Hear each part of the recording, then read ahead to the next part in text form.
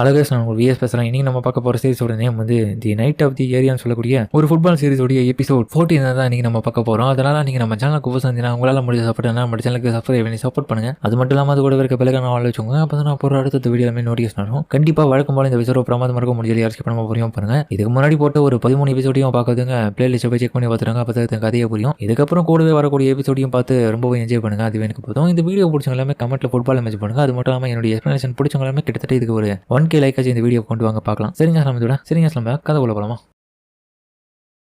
இப்போ இன்னொரு கட்ட மேட்சை காமிக்க இந்த மேட்ச்சில் பார்த்து ஹீரோவால் கோல் போட முடியல. என்ன நடந்த விஷயத்தை காமிக்கிறாங்க. அதுக்கப்புறம் கடவுள் என்ன இது வர கக்கேரு சரியாக விளையாட மாட்டான். ஓப்பனிங் மூவ் எல்லாமே ரொம்பவும் சொதப்புறானு. என்ன ஆச்சு அவனுக்குன்ற மாதிரி இன்னொரு பக்கம் கோட்டாவும் கடுப்பில் இருக்கேன். இந்த பக்கம் திரும்பி மேட்சை காமிக்க அதில் பார்த்து ஹீரோவும் திரும்பவும் எதனா ஒன்று பண்ணி முயற்சி பண்ணலான்னு பார்ப்பான். அப்போ நம்ம ஒரு விஷயத்தை யோசிச்சு பார்ப்பான். கக்கேரு நீ அதை எப்படி பண்ணுற மாதிரி கேட்க என்ன பண்ண? கொஞ்ச நேரத்துக்கு முன்னாடி நீ உன்னுடைய கால்களை பயன்படுத்தி அந்த பாலை காணாம போக வச்ச. எனது நான் காணாம போக வச்சேன். ஆமா, இதுக்கு முன்னாடி ஒரு பிளேயர் இந்த மாதிரி பண்ணியிருக்காரு ரொம்ப காலங்களுக்கு முன்னாடி. என்ன சொல்ற? இன்னும் அதை நான் வச்சுட்டு இருக்க. நீ எப்படி அதை பண்ணணும்னு எனக்கு தெரியல. அதை நீ பண்ணினா கண்டிப்பா உன்னுடைய சூப்பர் வெப்பனா அதை மாறும். அதனால விடாம பயிற்சி பண்ணு. அதுக்கப்புறம் சொன்னவன் இப்ப பார்த்து ஹீரோ அசால்ட்டா பாலை விட்டு கொடுத்துட்டே இருக்கான்.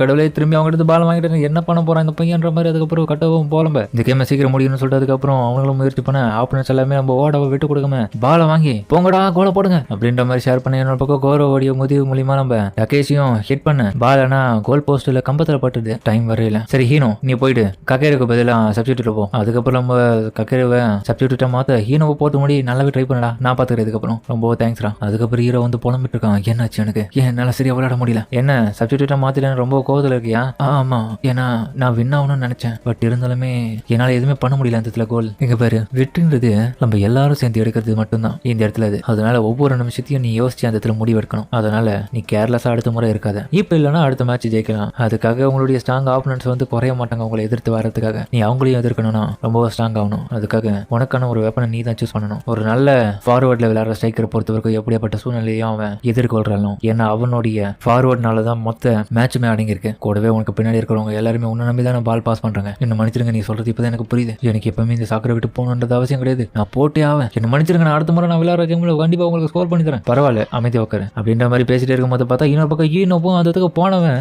அடுத்த செகண்டே பார்த்தா கோல் போட்டு வந்துட்டான். அதுக்கப்புறம் இவாகி சென்சேவும் கொண்டு சென்சே கோட்டா போடா. அதுக்கப்புறம் நானும் ப்ளீஸ் கோச் இவாகி கக்கேருவை அடுத்த மேட்ச்ல பயன்படுத்திக்கோங்களேன். உண்மையிலே அவன் முக்கியமான ஸ்ட்ரைக்கர். நீங்க அதை பாப்பீங்க. ஏன்னா அவனுக்குள்ள இருக்கிற திறமை நான் பார்த்துட்டு வியந்துட்டேன். அவன் சப்ஸ்டிடியூட் ஆத்துறதுனால ரொம்பவும் மனசளவுல கஷ்டப்படுறான். நீ சொல்றது சரிதான். பட் நான் இப்போதைக்கு அது தேவையில்லைன்றதான் எனக்கு நினைக்கிறேன். நான் பிளான் ஒன்று வச்சிருக்கேன். அதனால நான் இப்போ செல்ஃபிஷா தான் திங்க் பண்றேன். அவனுக்குள்ள இருக்கிற அந்த மன அழுத்தத்தை அவன் குறைக்கணும். அவன் மட்டும் இந்த இடத்துல வீக்னஸ் கிடையாது. இந்த இடத்துல இருக்கிற மொத்தவங்களும் தான். அதுக்கு வளரணும்னு இவங்க நிறைய விஷயத்தை இன்னும் பார்க்க வேண்டியது இருக்கு. அதுக்கு எல்லாம் போல அதுக்கப்புறம் பார்த்தா அழகியும் கோலை போட்டுருவான். அதுக்கப்புறம் நம்ம பாருங்க நிறைய முயற்சி பண்ணி கிட்டத்தட்ட 3 கோலை போட்டு ஜெயிச்சிருவாங்க. பிராக்டிஸ் மேட்ச் இந்த பசங்க இப்படி பண்றாங்களே. உண்மையா சொல்ல போனா கவுண்டர் செஞ்சு இன்னும் பார்க்க வேண்டியது நிறைய இருக்கு. டாப்பான டீம்ல இன்னும் வரல. அவங்களை இங்க எதிர்க்கணும்னா கண்டிப்பா நிறைய முயற்சி பண்ண வேண்டியது இருக்கு. அடுத்தது நம்ம என்ன பண்றதுன்னு சொல்லிட்டு அதுக்கப்புறம் பார்த்தா நம்ம சாவ மரம் வரேன் கொண்டு செஞ்சுவோம். நான் இதுல இந்த மேட்ச் எல்லாம் பார்த்துட்டு வரேன். நீங்க எல்லாரும் கிளம்புங்க. ஏன்னா அடுத்தது காமா ஹை ஸ்கூல்ல தான் மேட்ச் நடக்க போகுது. அதுக்கப்புறம் பார்த்தா எல்லாருமே உட்கார வச்சு இந்த மேட்ச் மட்டும் பார்க்க வைக்கிறாரு நம்ம இவாகி செம்பாயும். இவங்க எப்படிப்பட்ட டீம்? இவங்க ப்ரொடெக்டிவ் டீம். அப்படின்னா இவங்களுடைய மொத்தமே 4 பேக் சிஸ்டம் கொண்டவங்க. அப்படியேங்கப்பா இந்த டீம் கிட்டத்தட்ட 10 மேட்சஸ் விடாம ஜெயிச்சிட்டு வந்துட்டு இருக்காங்கப்பா. உண்மையாவா? நீ சரியா தான் சொல்ற. லாஸ்ட் 10 இயர்ஸ்ல இப்படிதான் இவங்க ஜெயிச்சிட்டு வராங்க. ஷோனுடைய பர்ஃபெக்டான ஒரு 4 பேர் இந்த இடத்துல இருக்காங்க. இந்த 4 மெம்பர்ஸும் ரொம்பவும் அந்த டீமுக்கு வேல்யூபிளான ஆளுங்க. இவங்க இருக்கிற வரைக்கும் அந்த மேட்சை யாராலையும் ஜெயிக்க முடியாது. டைசாகோ நிஷிகோ செகண்ட் இயர் சேர்ந்தவன். ரைட் சைட்ல வந்து தேர்ட் இயர் எட்சுச்சி ஹிருமா. டாப் 3 டிஃபெண்டர்ஸ்ல முக்கியமான ஒருத்தன் கனகாவா. கடைசியா ஃபர்ஸ்ட் இயர் பிளேயரா இருக்கிற ஜூனியர் கோச்சி ஹிபினோ. இதை பார்த்துட்டு நம்ம ஹீரோவும் ஹிபினோவா கக்கேரு நானா உனக்கு ஞாபகம் இல்ல? இவன் கூட சேம் டீம்ல சின்ன வயசுல நம்ம விளையாடி இருக்கோமே. ஆப்போனன்ட்டா கூட நம்ம கூட வந்திருக்கானேப்பா ஒரு முறை. அவனா இவன்? ஆமா, ரொம்ப நாள் கழிச்சு இப்ப பாக்குறேன். அது மட்டும் இல்லாம என்னாலதான் அவனுடைய லெஃப்ட் லெக் வந்து உடஞ்சது. அந்த ஒரு சம்பவத்துக்கு அப்புறம் தான் நான் சரியா விளையாடல. அவனான்ற மாதிரி இவனை பார்க்க இப்போ ஹிபினோ விட்ட அந்த ஷூட் இருக்கு பாருங்க. எவனாலையுமே பார்க்க முடியல. அவ்வளவு ஸ்பீடா போய் கோல் போஸ்ட்ல பார்த்தா கோல்னு சொல்லிட்டு எல்லா அமைதியான பேருக்கும் பார்த்தா அந்த கோல் பார்த்தா இன்னும் பால் ஃபைட்டுனே இருக்கு அந்த இடத்துல. இதுதான் ஹிபினோவுடைய அந்த ஃப்ரீ கேனான் கிக். அவனுடைய பவர் ஈடினில்ன்றது தெரிஞ்சு போயிடுச்சான். இப்படியாப்பட்ட டாப் டிஃபென்சிவ் சிஸ்டம் வச்சுட்டு இருக்க டீமுக்குள்ளலாம் நீங்க மோதணும். கொஞ்சம் தயாரா இருந்துக்கோங்க. இவங்களுக்கு தேவை ஃப்ரீ கிக். அதுக்காக ஹிபினோ வெயிட் பண்ணி தான் தருவான். நீங்க அடுத்த கட்ட மேட்சுக்கு ரெடி ஆகுங்க. அதுக்கப்புறம் மாறாக்கி வாங்க ஸ்கூலுக்கு போவோம். என்ன சொல்ற? இந்த இடத்துல வின் வின்னர் யாரும் தெரிஞ்சிட்டு போலாம்ல. ஆப்வியஸா ஆல் ஜப்பான் ஹை ஸ்கூல் டீம்ல டாப் 8ல யார் இப்ப ஜெயிச்சிட்டு வரான்றது நமக்கே தெரியும். ஆப்வியஸா நீ என்ன நினைக்கிற இந்த மேட்ச்ல, நீ என்ன நினைக்கிற யார் ஜெயிப்பாங்கன்னு. அதுக்கப்புறம் பார்த்தா இபினோ நம்ம ஹீரோவை பாக்குறான். அதுக்கப்புறம் வந்து ஸ்கூலுக்கு கிளம்புறதுக்காக ரெடியா இருக்க நம்ம இவாக்கி கோச்சியும் அப்புறம் வந்து ஸ்டூடெண்ட்ஸையும் மட்டும் இந்த இடத்த விட்டு அனுப்ப, இன்னொரு பக்கம் நானாவும் நம்ம கோண்டோ சென்சே மட்டும் இந்த இடத்துல இருந்து எல்லா விதமான மேட்சோடைய வீடியோ ஃபுட்டேஜ் எடுத்து வரதுக்காக தயாரா இருக்காங்க. ஏன்னா ரிசர்ச் பண்ணும். என்னோட பக்கம் பார்த்தா ஸ்கூல்ல இவங்க எல்லாம் ப்ராக்டிஸ் பண்ணிட்டு ரெட்ஸ் எடுத்துட்டு இருக்க, நம்ம ஹீரோ மட்டும் விடாம ப்ராக்டிஸ் பண்ணிட்டு இருக்கிறது பார்த்துட்டு அராகி அவங்க கிட்ட போறான். என்ன பாஸ் பண்ணிட்டு போன. அதுக்கப்புறம் ஹீரோவா அவனை கடந்து போலான்னு பார்க்க, பட் இருந்தாலுமே பால விட்டுருவான். என்ன அராகி எனக்கு புரியல கக்கீரோ, நீ என்ன பண்றதுக்காக நீ என்ன பண்ணிட்டு இருக்குன்னு புரியல, என்ன சொல்ற. அதுக்கப்புறம் பார்த்தா டேய் கோச் கோண்டோ வந்துட்டு வாங்கடா போவோம், ஆல் ஜப்பான் ஹை எல்லாருமே தோத்துட்டாங்க. இதை கேட்டு எல்லாருமே ஷாக் ஆவேன். அதுக்கப்புறம் ஆல் ஜப்பான் ஹை ஸ்கூலோடைய டாப் டீமை சேர்ந்த உங்களுடைய மேட்ச் எல்லாத்தையுமே இப்போ போட்டு காமிக்கிறதுக்காக தயாரா இருக்கேன். அதுல பார்த்தா சுஜிடோன்னு சொல்லக்கூடிய டீம் வந்து 4-0 முறையில நிறைய டீமை தோக்கடிச்சிருக்காங்க. என்னது உண்மையாவா? சரி ஓகே மிஷிமா அந்த வீடியோ காட்டு. அதுக்கப்புறம் வீடியோ ஆட் பண்ண இது பீச்ல இருக்கிற எல்லா வீடியோவும் அந்த இடத்துல ஓடிட்டு இருக்கு. பசங்களாம் பார்த்து என்ஜாய் பண்றாங்க.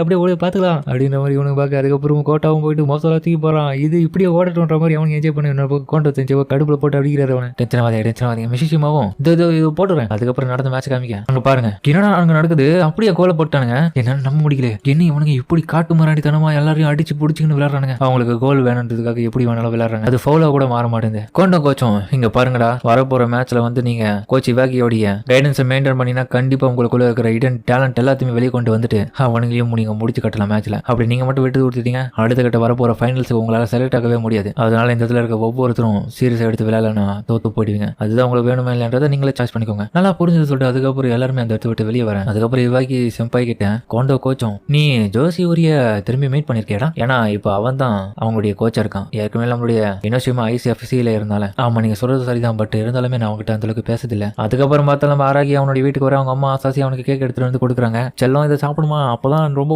நல்லா புஸ்தியா வளர முடியும்னு சொல்ல, அம்மா எனக்கு வேணான்ற மாதிரி சொல்ல, என்ன நீ இப்படி சொல்ற, உனக்கு ஆசையை செஞ்சு கொடுத்தேன். இல்லம்மா அடுத்த கட்ட மேட்ச்ல நான் கொஞ்சம் சீரியஸா விளையாடி ஆகணும். கண்டிப்பா இல்லைன்னா நான் தோத்து போயிடுவேன். ஏன்னா வரவனுக்கு எல்லாம் ரொம்ப மோசமானவனுங்க. அதுக்கு நான் பாடியை குறைக்கணும் அப்படின்ற மாதிரி. அதுக்கப்புறம் பார்த்தா மேட்ச் நடந்துட்டு இருக்க ஸ்கூல்ல நம்ம இவாகி செஞ்சேன் பார்க்கறதுக்கு டாக்டர் மைனே வந்திருக்காங்க. என்னப்பாச்சு சாக்கர் கிளப்போடைய கோச்சை வேலை பார்த்துட்டு இருக்க போல இந்த இடத்துல, நீ இங்க என்ன பண்ற? நான் கூட ஒர்க் பண்ணிட்டு இருக்கேன். அடுத்த கட்ட மேட்ச்க்கு எப்படி ரெடி ஆயிட்டு இருக்காங்க பசங்கன்ற மாதிரி. அதுக்கப்புறம் அவங்க 2 பேரும் பேசிட்டு இருக்காங்க. ஆல்ரெடி அவங்க 2 பேருக்கு நல்லாவே தெரியும் போல. இன்னொரு பக்கம் ஹீரோவும் டாக்டர் மைன் நீங்க என்ன பண்றீங்க உங்களுக்கு தெரியுமா 2 பேருக்கும்? என்னுடைய டாக்டர் கவுன்சிலர் இருக்காங்க. என்ன சொல்றேன் கக்கீரோ, அதெல்லாம் சொல்லக்கூடாது யாருக்கிட்டையும். உன் வேலையை போய் விளையாடு போ. என்ன மன்னிச்சிரு, இவனுடைய பிரதர் அவன் இறந்துட்டான். கக்கீரோ எனக்கு உதவி பண்றான்ற மாதிரி. அதுக்கப்புறம் நானும் கேட்க அவங்ககிட்ட அவரும் போக, ஆமா டாக்டர் மைன் யாரும் அங்க வந்திருக்காங்க. ஆல்ரெடி அவருக்கு உங்களுக்கு தெரியுமா? தெரியலப்பா நான் எதுவும் கேட்கல வந்ததுல இருந்து. அதுக்கப்புறம் பார்த்தா ஹீரோ நைட் டைம்ல விளையாடும் போது பார்த்தா அவனுடைய பழைய நண்பகாரத்துக்கு வந்திருக்கான். நீ என்ன கூட மாறலடா. இவனோ எப்படி இருக்க கக்கீரோ, ரொம்ப நாள் ஆச்சுல பார்த்து. நீங்க என்ன பண்ற? சும்மா உன்னை பார்த்துட்டு எப்படி இருக்கேன்னு கேட்டு போலாம் தான் வந்தேன். வா விளையாடுவாமா?